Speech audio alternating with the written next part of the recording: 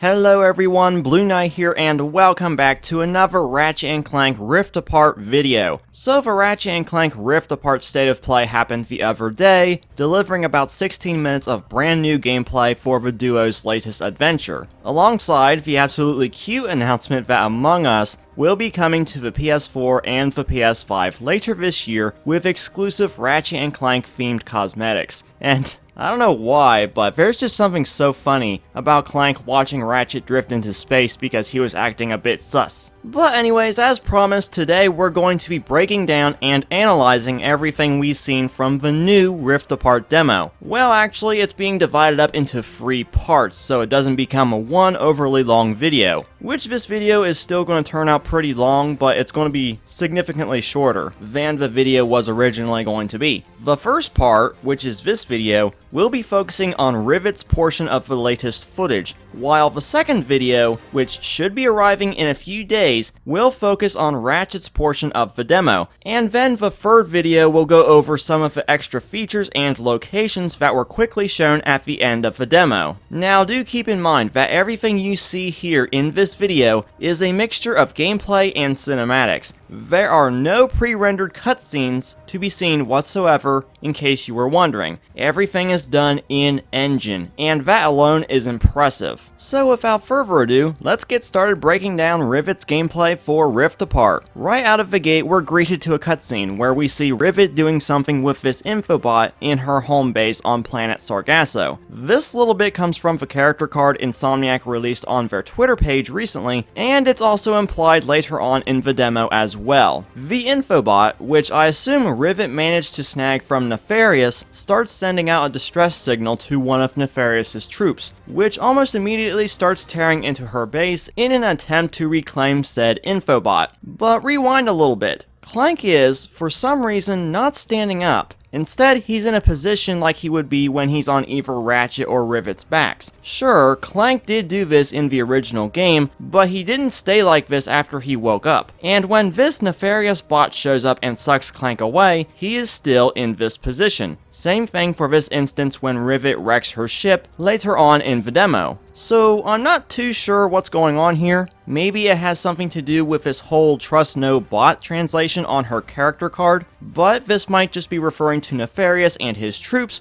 who are actually the reason why she lost her arm and thus had to rebuild it. But it's apparent that she at least trusts some robots like Mrs. Zircon, although that's probably because she's also part of the Resistance. And you know what, I'm just going to come back to this later on in the video because there's something else closer to the end of the demo that suggests that she doesn't trust Clank, unlike what the trailer suggests. Anyways, let's get back to the demo. After Clank is captured by one of Nefarious's troops, Rivet races off to rescue him, and this shot right here. It's just so cinematic, and one of those angles like you would see in an actual animated film. And there's actually a lot of moments like this throughout the demo, like Ratchet in this scene and how his fur reacts to water combined with the lighting. It's just so awesome to see how this game benefits from all of the PS5's capabilities. It's straight up a fully playable Pixar movie. We are then treated to another glimpse of the scene from the trailer where Rivet is about to smash this bot to Kingdom Come right before the demo transitions to Ratchet's gameplay. But since that'll be for the next video, let's go ahead and fast forward to Rivet's gameplay. After she finds Clank in Nefarious City, the two steal a ship from Nefarious's troops and head to planet Sargasso, which was before the other cutscene that we just seen, and she happens to crash the ship instead of properly landing it. Kinda already seeing similarities to how Ratchet tends to crash things. Anyone remember the rocket sled from the intro to Tools of Destruction?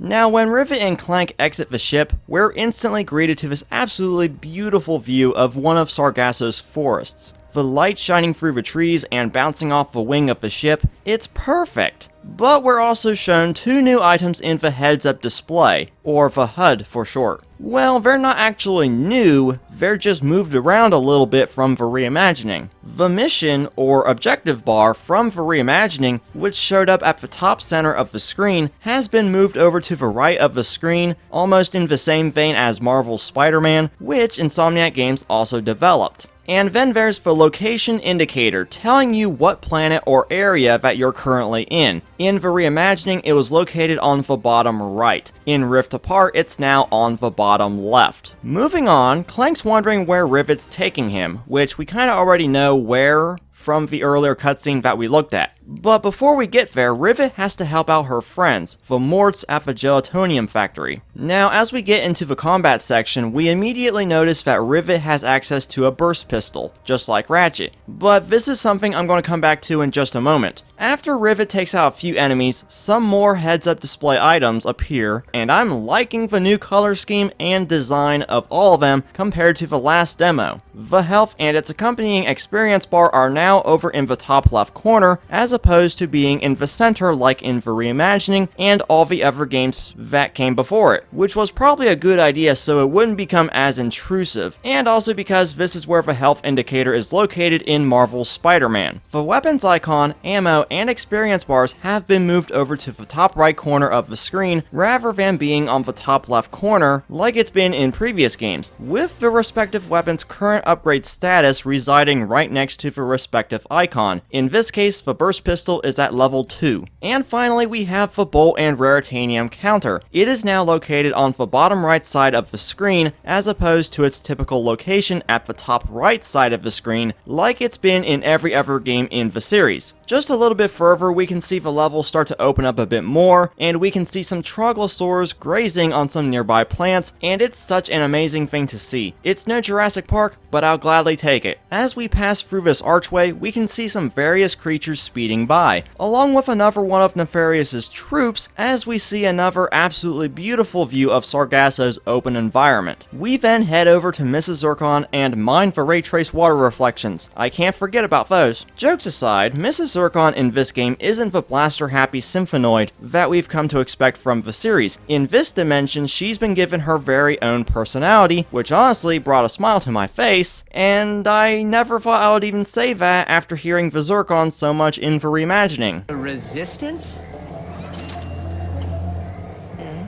Oh, apologies, Sugar.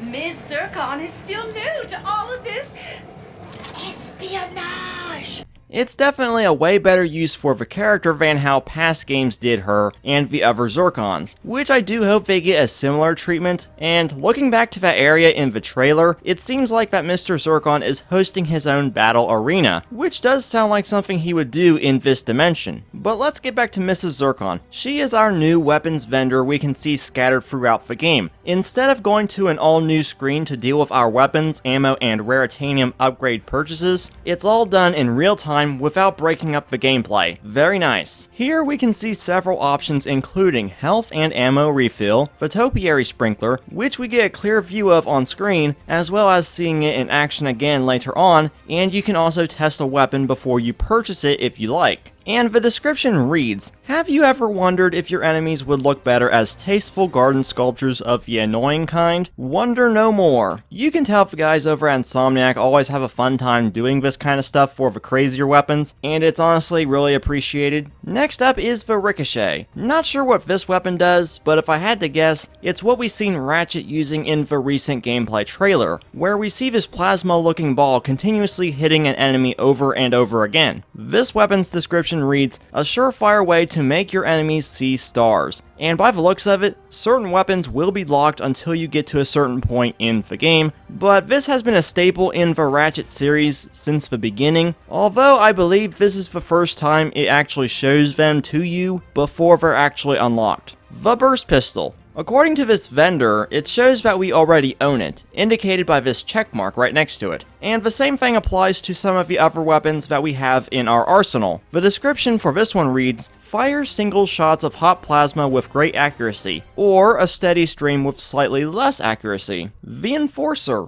able to fire single or double barrels of plasma. Notice you can upgrade this weapon with the X button, which will take you to the upgrade screen at the very top, which can also be accessed using the L1 or R1 buttons. But unfortunately, we do not get to see this screen in the demo, so let's continue. The Shatter Bomb, a grenade that explodes upon impact. And we have another new weapon that we unfortunately do not get to see in this demo, Mr. Funky. I think that's how you pronounce it? I don't know. This weapon attacks enemies and potentially distracts them. So to me it sounds like it's basically a mixture of Mr. Zircon and the decoy glove. Well, I don't really know if that is the case, but if I had to guess, that would be an accurate representation. Last weapon before moving on, the Negatron Collider, which we actually do get to see used in this demo. The Negatron Collider charges up to fire a beam that will go through multiple enemies. And I gotta say, this weapon looks really cool in action. Now, before we move on from this vendor, I need to point out that whatever weapons we unlock as Ratchet, those weapons carry over and are able to be used by Rivet, and vice versa. That's going by this bit of dialogue between Rivet and Mrs. Zircon. Whoa. This wasn't what was in my account last time. Oh, that is because I added our mutual friend on Nefarious City. Okay. And of course we know who Mrs. Zircon is referring to. She's referring to Ratchet when she met him in Nefarious City. Now honestly, I was expecting the two's arsenal would be completely separate, which I'm glad they decided not to do, because that would just confuse people and likely throw them off when jumping between characters. Although I don't know if the upgrades will work the same way and carry over to the other character. That is something else we'll have to wait and see on. When we purchase a weapon and exit the vendor, the weapons have a nice glowy teleporting-like effect to it, which is really nice. With Rivet trying to catch a Speedle, she comes across some more enemies and uses the Topiary Sprinkler. Marcus Smith states that with the DualSense's adaptive triggers and haptics, you'll be able to feel the resistance in the trigger as the player is preparing to throw the garden grenade. Once on the ground, it begins shooting out its rapid growth plant fertilizer, and players will know when they've been completely covered and ready to be trimmed down. And real quick, the secondary quick select wheel from the 2016 reimagining is making a return in Rift Apart, making for some quick weapon selection without breaking up the pace of the game with the traditional weapon select wheel. And after becoming well acquainted with it in the reimagining, I'm really glad that this is coming back. Also, we see right here that Rivet has a dash move, which is another way to dodge enemy attacks and have greater mobility, and in some instances offers greater distance across gaps, and Ratchet is capable of doing the same thing, but only after we reach a certain point in the game.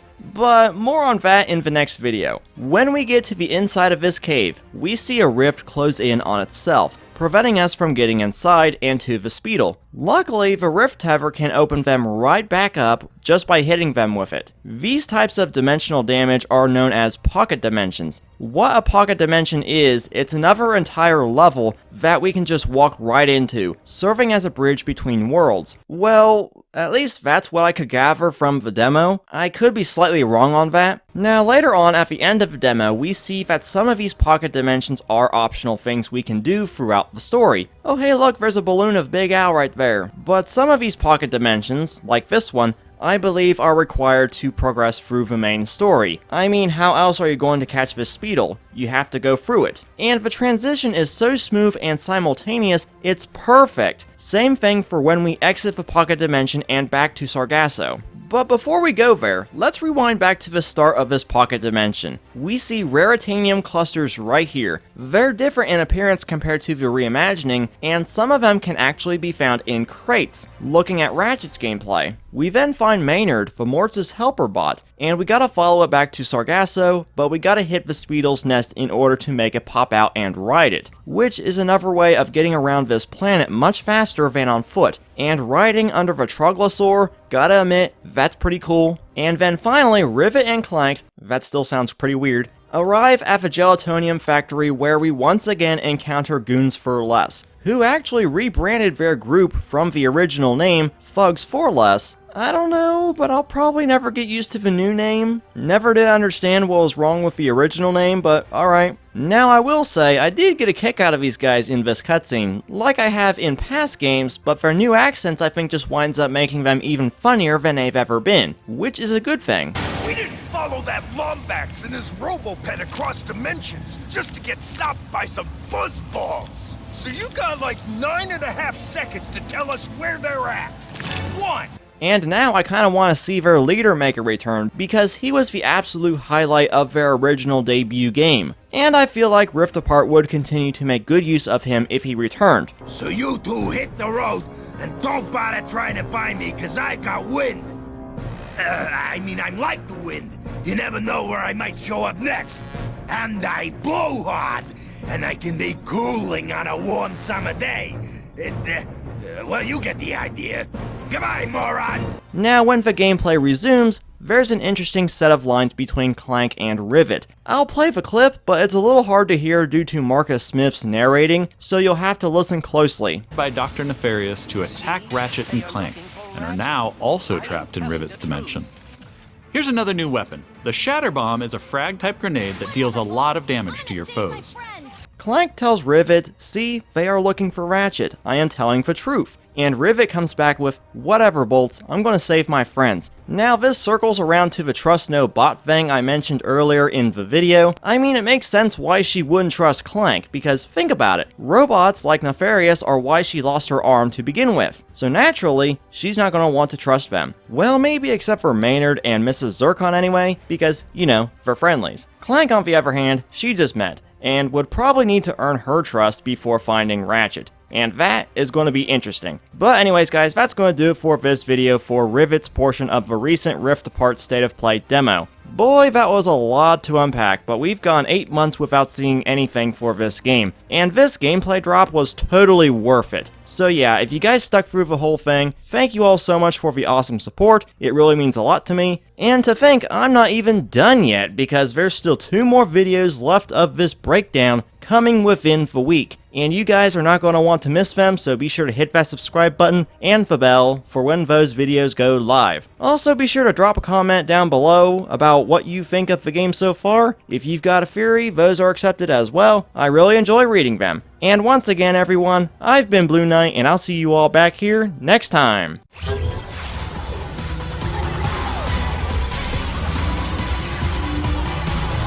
What?